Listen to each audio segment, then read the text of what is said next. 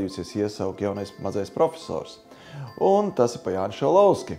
Un man ir liels prieks sveikt Jāni Šalovski ar gada ārstu zinātnē, jo Jānis tiešām ir tas mazais rūķis, kas dara daudz zinātniskus darbus klusām, mērķtiecīgi un pamatīgi. Pēdējā laikā Jānis ir pielietojis jaunu tehnoloģiju, kā ārstēt neinvāzīva aortas anērisms.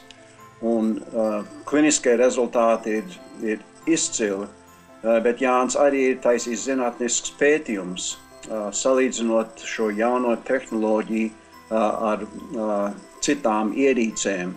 Kā teica viens Stanfordas profesors, vadošais torakālajā radioloģijā, es varu uztaisīt labas bildes.